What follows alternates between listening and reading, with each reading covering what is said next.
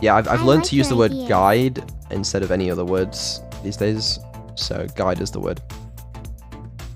You're too kind. Thanks. You're welcome. Thanks for the sub, Taylor. I hope you enjoy your time here. It's a normal expression to say. I'm Googling it right now. Tell me more.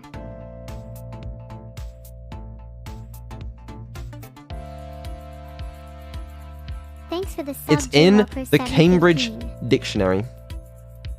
To drill something into someone is a phrasal verb that means to tell something to someone again and again until the person knows it. That's a useful phrase for forgetting things. Apparently. You're welcome.